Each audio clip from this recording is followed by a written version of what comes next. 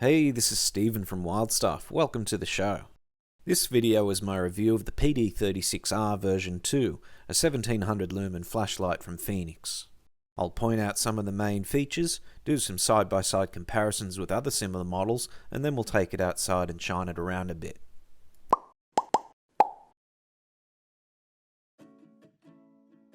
Now obviously I'm a huge Fenix fanboy, and most of my collection was paid for with my own money, though occasionally Fenix do send me one for review, and this video is one example of that.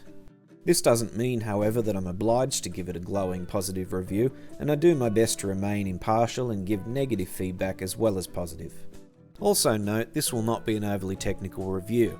If you're looking for detailed info on tech specs, run times, LED chipsets and so on, this is all available on any of the Fenix websites. The PD36R version 2 is activated by a traditional rear tail switch. With a gentle press you can have momentary on, or a firm click to switch on completely. Modes are selected via the smaller side switch. You can toggle through Eco, Low, Medium, High and Turbo, or hold for Strobe. It has mode memory, so we'll remember the last setting used when you turn it on. The side button also has a small battery indicator which lights briefly when you turn it on, showing a progression of steady to flashing green, then steady to flashing red, depending on the remaining charge. The tail switch is rounded and protrudes out from the end of the body, which unfortunately rules out tail standing, but it makes it easy enough to use while wearing motorbike gloves or thick winter gloves, though you'll struggle to find the smaller side button by touch. Just like on the original PD36R, the battery is charged via a USB-C port near the head of the light and protected by a rubber flap.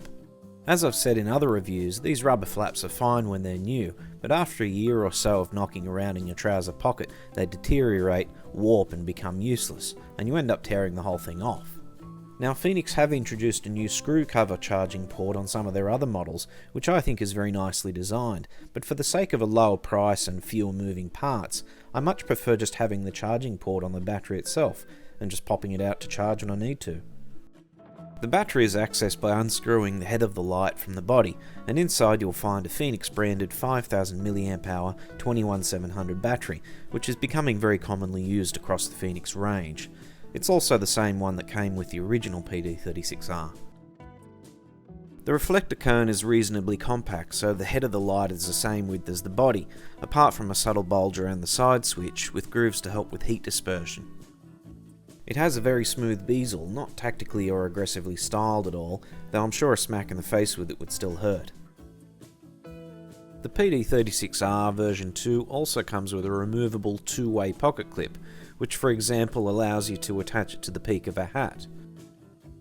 While there are smaller, more pocket-friendly lights available, the PD36R version 2 is still quite pocketable and is comfortable enough to be carried as part of your everyday carry setup. You can see it here fitting snugly into the front pocket of my jeans next to a small wallet, and it doesn't dig into me or restrict my freedom of movement at all. As with every light in my Fenix collection, the build quality is top notch. It feels bomb-proof in the hand, is rated to a 1.5 meter fall, and is beautifully engineered and machined. It's rated to a water resistance of IP68, which I believe is 2 meters of submersion for 30 minutes. So while I wouldn't go swimming with it, it'll survive being accidentally dropped in the pool. Whoops. And despite my criticism of the rubber flap on the charging port, the USB port itself is designed to be waterproof even without the port cover. So what's in the box? The PD36R version 2 comes with the light itself, shown here with the included wrist lanyard and two-way pocket clip already attached, a Fenix branded 5000 mAh 21700 battery, a simple nylon belt pouch, a short USB-C charging cable, a spare rubber O-ring, and the usual paperwork. That's a little user guide, warranty card and a Fenix brochure. At the time of making this review, the PD36R version 2 goes for about $100 in the United States, or 160 Aussie dollars from Fenix Australia. Fenix Australia regularly have 10 or 15% off sales throughout the year, so it's easy to score a bargain if you don't mind waiting for the next sale. Now as flashlights become better and brighter and fancier over the years, they also tend to get hotter. So with each new light I get, I like to do my super scientific hot potato test. Basically, I hold the light firmly around the head without obstructing the light beam itself and see how long I can hang on to it before it gets too hot. I didn't do this in my review of the original PD36R, so I'm doing them both here side by side. Both lights were quite warm after about 30 seconds, and pretty toasty around the 40 to 50 second mark, though I noticed the version 2's temperature creeping up noticeably quicker. By about 1 minute and 10, the version 2 was getting quite uncomfortable to hold, and I was gritting my teeth, while the original was still just toasty warm. By 2 minutes 30, the version 2 was burning me, and I had to put it down. The original PD36R cruised on for almost double that time, starting to burn me at just short of 5 minutes. So overall, not too bad. I've seen better, but I've seen a lot worse. I was, however, expecting a closer finish between the two PD36Rs, given they're virtually identical in construction and only have an output difference of 100 lumens. The next heat test I did was to check how long the PD36R version 2 can operate in turbo before the overheating protection kicks in and throttles it down to high mode. I gave it a few solid hours to cool down after the hot potato test and set the timer going again. There were no obvious sudden steps or drops in power, instead there was a smooth, gradual output reduction that isn't really noticeable in real time. By comparing screenshots from every 30 seconds, I could see the beam stayed solid until at least the 2 minute mark, with a barely perceivable reduction happening somewhere between 2 minutes and 2 minutes 30. It then began dropping a little quicker before the 3 minute mark, and continued doing so until around 4 minutes 30. At this point it seemed to stabilise, with no further reduction before I stopped testing at 5 minutes. These are fantastic results as far as I'm concerned, and I much appreciate the smooth transition rather than sudden steps. Just bear in mind it is a pretty chilly winter night here while I'm recording this, so I wouldn't be surprised if I got some different results in the summertime. So how does it compare physically with the original PD36R? The original is just a smidge shorter than the version 2, and the newer one has more of a matte finish compared to the original's glossy shine. The newer one has ever so slightly larger heat dissipation grooves around the head, and the tail switch now sports a tiny flame logo. Apart from that, they're pretty much identical. You can see here what becomes of rubber charging port covers in the long term. It was fine for a while, then I had to pin it down with duct tape, and eventually I just tore it off completely.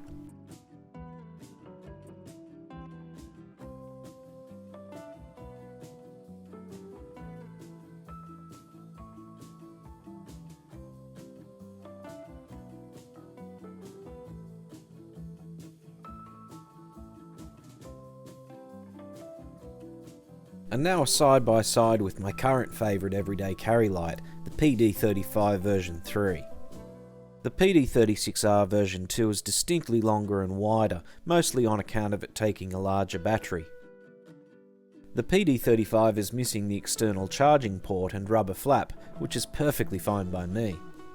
The PD35's smaller size and lighter weight is definitely noticeable in the pocket, though having said that, I did carry the original PD36R every day for over 2 years with no drama.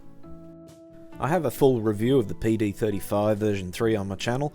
It's very similar in performance to the PD36R version 2, and definitely worth checking out before you decide which flashlight to buy. Next up is the E35 version 3, a super tiny but powerful little everyday carry light. It's a lot shorter than the PD36R version 2, they're very similar in width as they take the same kind of battery.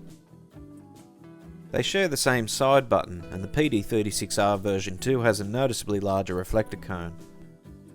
The E35 is missing the rear tail switch, so it's good for tail standing. I have a full review of the E35 version 3 on my channel as well. Check it out if you're looking for something super compact. And the final side by side is with the TK16 version 2, my current favourite from the TK series. Lengthwise they're pretty much the same, though the TK16 has the obvious larger head and reflector cone, which makes it seem like a much larger light.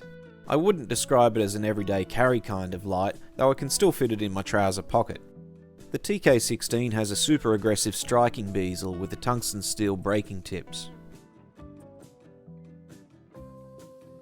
It also has a dual button tail switch. Again, there's a full review of the TK16 version 2 on my channel.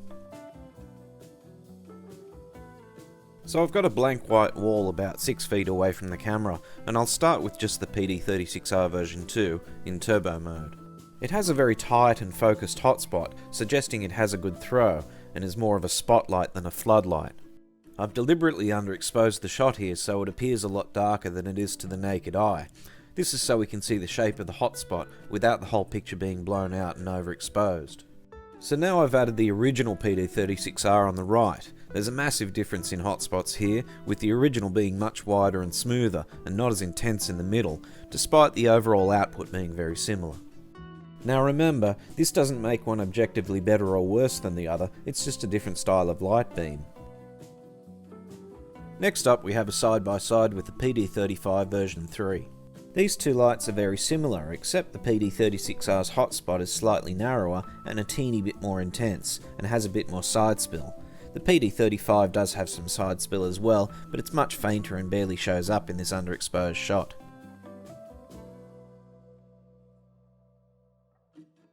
Then we have the E35 version 3. It has a much larger hotspot on account of it being 3000 lumens, but nowhere near as intense, as it has very little throw in comparison.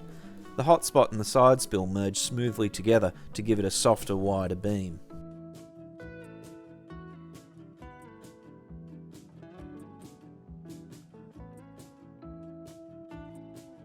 And finally we have the TK16 version 2.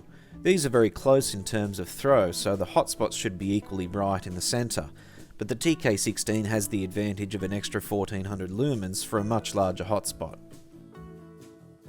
So here we are outside with some trees to light up. The big ones at the back are about 50 metres or 55 yards from where I'm standing. I've got the PD36R version 2 in my left hand, and I'll rotate through some other lights in my right hand. If you notice any flickering, it's because of a nearby street light, not the flashlight.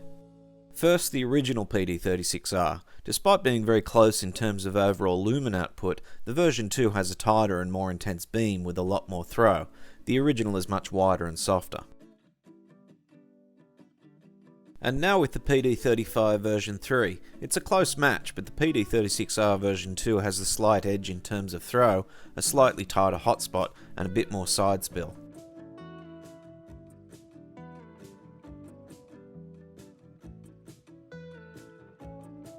And now the E35 version 3 with hardly any throw at all in comparison, but its 3000 lumen output gives it a super wide hotspot.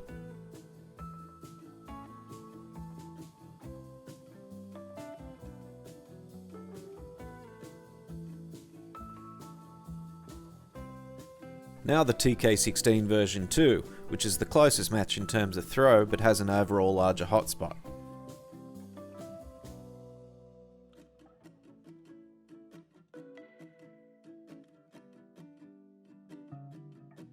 And one last comparison, albeit an unfair one, because why not, the LR50R 12,000 lumen monster. This video clip really doesn't do it justice at all, but the LR50R comes nowhere near fitting into a trouser pocket. So for the final demonstration, I've mounted the PD36R version 2 onto my bicycle handlebars and we're going for a quick ride. The bouncy shaky footage is courtesy of Australian cycling infrastructure. Even GoPro's amazing video stabilisation is no match for that. When it comes to choosing a handlebar mounted light, I ignore its turbo mode, as turbo is usually only good for a few minutes before it overheats and downshifts to high mode. So instead I look for a powerful high mode, which should be able to run continuously and likewise give a longer runtime from the battery. The PD36R version 2 and the original one both have 800 lumen outputs in high mode with runtimes of over 4 hours, making them ideal for extended night rides or multiple shorter rides before needing to be recharged. Now Fenix do have a range of lights designed specifically for cycling, and I'm sure they're wonderful, but the idea of a single light that doubles as both a bike light and a handheld flashlight is more appealing to me, and both of my PD36Rs tick all the boxes I need. So now a quick summary of the things I like and don't like about it. It has a very intense beam for its size with lots of throw.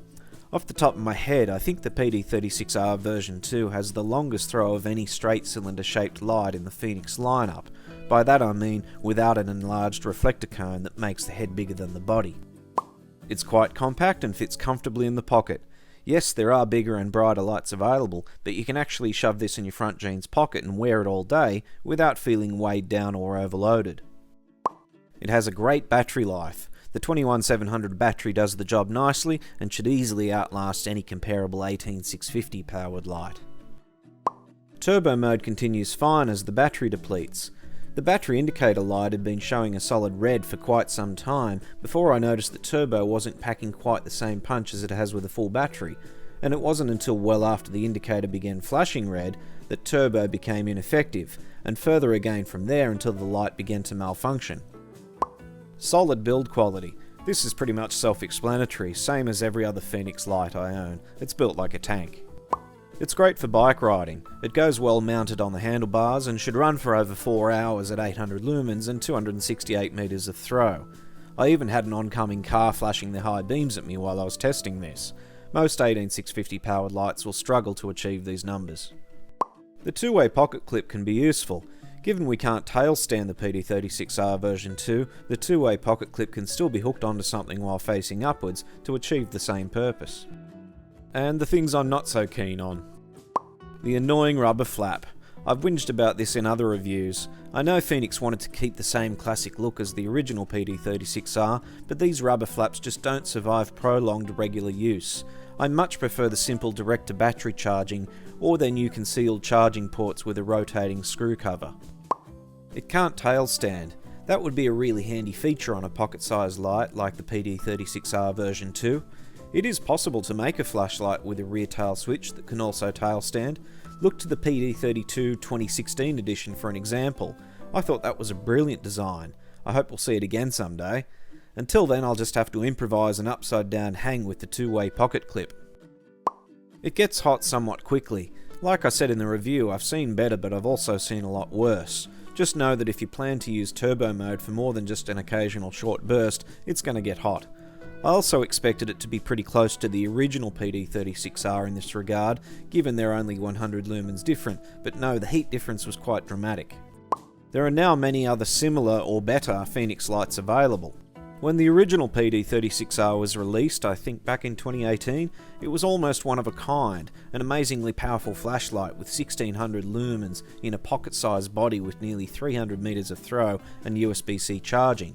It left the previous models with 900 or 1000 lumens in the dark. It was an easy choice and has been a classic ever since. But now 6 years later we have quite a range of fantastic lights to choose from, and the PD36 series is no longer the obvious standout choice. Some other lights worth considering which are comparable in some way or another are the PD35 version 3, the PD35R, the TK11R, the TK16 version 2, the PD36R Pro, and even the original PD36R is still a worthwhile purchase. So yes, overall the PD36R version 2 is a fantastic flashlight and I highly recommend it. Is it the light for you? Well, that depends. There's a lot of other fantastic flashlights to choose from which I also highly recommend, and you should definitely check them out before making any decisions. If you're looking for a tiny, everyday carry utility light with a decent throw, then you might swing towards the PD35 version 3. If it's for household security and when you hear suspicious noises in your driveway at 2 AM, and you don't mind something a little beefier, then you might be better off with the TK16 version 2. The PD36R version 2 kinda sits somewhere in between, being part everyday carry and part tactical. I could see it appealing to outdoor adventurers, hikers or mountain bikers, who anticipate being caught in the dark and wanting the longest runtime in a compact body, without the added burden of carrying extra batteries and still having a massive throw to spot trail markers or signposts along the way. It all really comes down to your personal preference in size, performance and battery life. Thanks for watching and stay tuned for more flashlight reviews.